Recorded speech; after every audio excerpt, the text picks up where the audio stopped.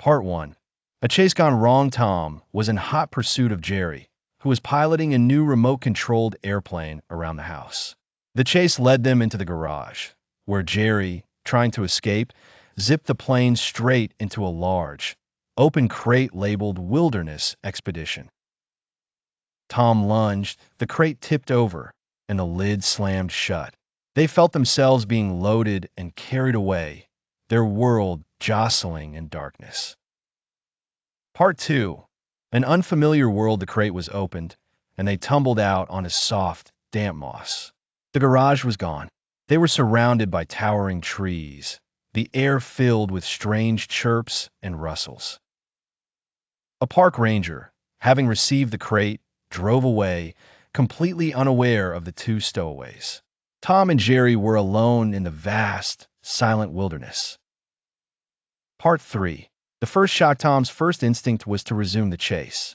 He pounced, but Jerry was already halfway up a tree. They both froze as a large shadow passed over them, a majestic and very large eagle. For the first time, they weren't the top of the food chain. A shared look of understanding passed between them. Their old rivalry was a luxury they couldn't afford. Part 4. The search for shelter. Dark clouds gathered, and a cold wind began to blow. Shelter was the first priority. Tom found a small, dry cave, but it was already occupied by a grumpy porcupine. Jerry found a perfect hollow log, but a family of skunks was moving in. They were running out of options as the first drops of rain began to fall. Part 5. A leaky compromise. Working separately, they failed. Tom's attempt to build a lean-to with branches collapsed. Jerry's leaf umbrella blew inside out. Finally, shivering and wet, they found a compromise, a rocky overhang. It was cramped and drippy, but it was better than nothing. They huddled at opposite ends, eyeing each other warily as the storm raged.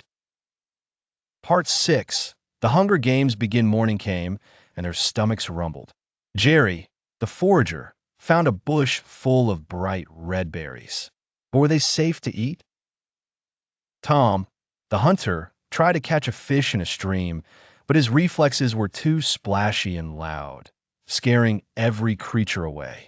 Their specialized skills were useless without the others' help. Part 7. The teamwork test. Jerry, remembering a nature documentary, pointed to a specific plant growing near the berries. He mimed eating the leaf. Tom, skeptical, tried one. It was safe. Meanwhile, Tom used his strength to build a small dam, creating a calm pool where Jerry could easily spot and point out slow-moving fish for Tom's snag. It was clumsy, but it worked. Part 8. The bear scare. While roasting their fish over a fire, Jerry started with a magnifying glass. A large black bear ambled into the clearing, attracted by the smell. Tom and Jerry panicked. In a moment of pure, synchronized terror, Tom grabbed a burning stick and waved it, while Jerry launched a well-aimed pine cone at the bear's nose. Startled, the bear grumbled and retreated.